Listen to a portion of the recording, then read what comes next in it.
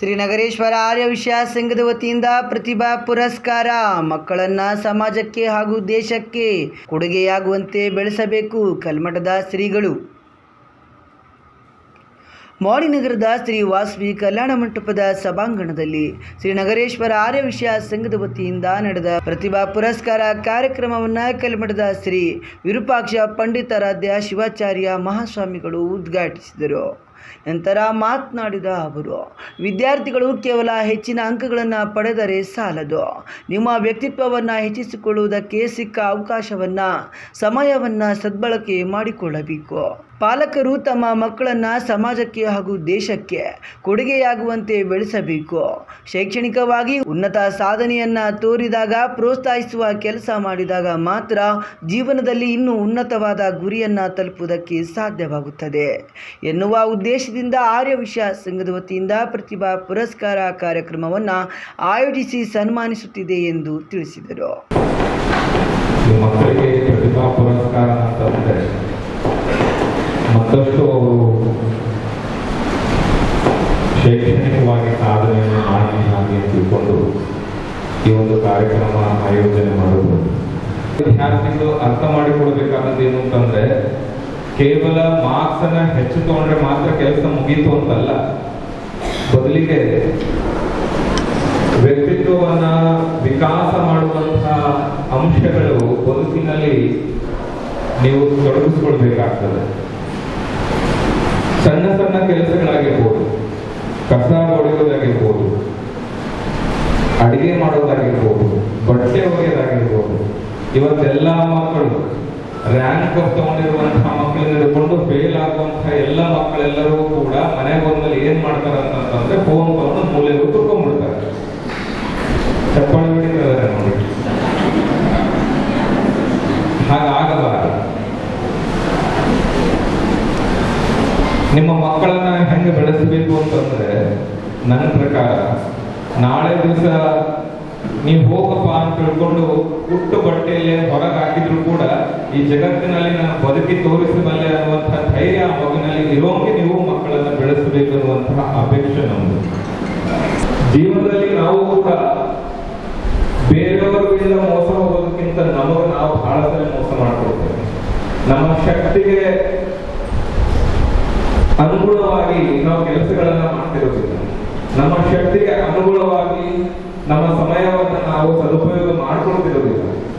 ಬಹಳ ಸಲ ನಾವು ಅನ್ಕೊಳ್ತೇವೆ, ನಮಗ್ 3 ವರ್ಷ ಕೊಟ್ಟಾನ ದೇವರು ಅಂತ. ಇಲ್ಲ, ಯಾವಾಗ ಬೇಕಾದ್ರೂ ಟಿಕೆಟ್ ಕೊಡಬಹುದು ಅನ್ನೋದು.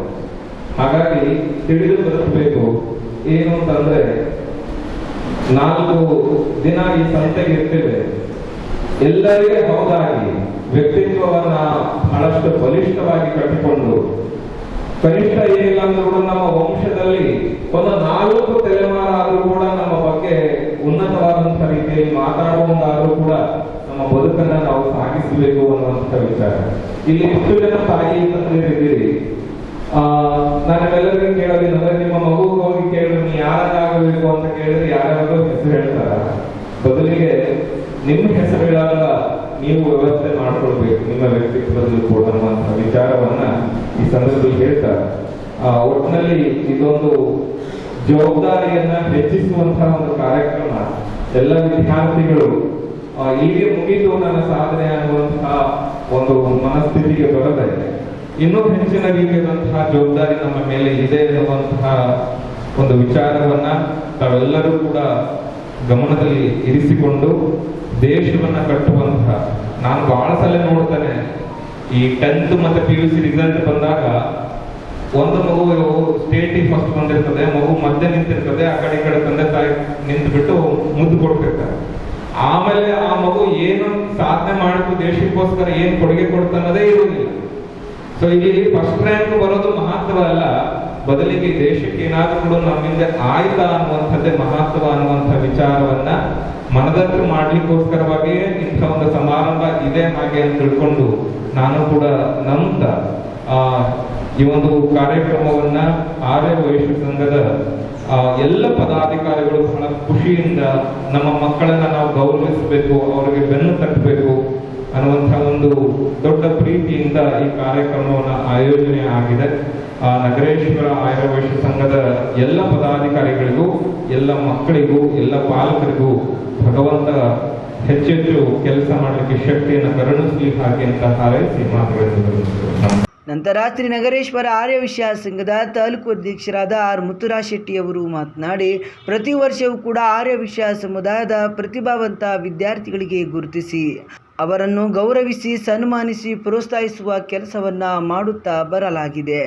ಈ ವರ್ಷ 2023-24ನೇ ಸಾಲಿನಲ್ಲಿ SSLC ಮತ್ತು PUC ಹಾಗೂ ಪದವಿ ಮತ್ತು ಸ್ನಾತಕೋತ್ತರ ಪದವಿಯ ವಾರ್ಷಿಕ ಪರೀಕ್ಷೆಯಲ್ಲಿ 80% ಅಂಕಗಳನ್ನು ಪಡೆದ ಮಾನ್ಯ ತಾಲೂಕಿನ ಆರ್ಯವೈಶ್ಯ ಸಮುದಾಯದ ಪ್ರತಿಭಾವಂತ ವಿದ್ಯಾರ್ಥಿಗಳಿಗೆ ಪ್ರತಿಭಾ ಪುರಸ್ಕಾರ ನೀಡಿ ಗೌರವಿಸುತ್ತಿದೆ ಎಂದರು.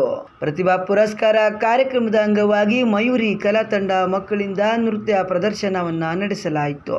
ಈ ಕಾರ್ಯಕ್ರಮದಲ್ಲಿ ಸಂಘದ ತಾಲೂಕು ಅಧ್ಯಕ್ಷರಾದ ಆರ್ ಮುತ್ತುರಾಜ್ ಶೆಟ್ಟಿ, ಕಾರ್ಯದರ್ಶಿ B Eranna Shetty, R Purushottam Shetty, G Ramanjaneya Shetty, B Raghavendra Shetty, R Dwarakanath Shetty, R Hanumesh Shetty, B Pavan Kumar, Akash Raghavendra ಸೇರಿದಂತೆ ಇನ್ನಿತರರು ಉಪಸ್ಥಿತರಿದ್ದರು.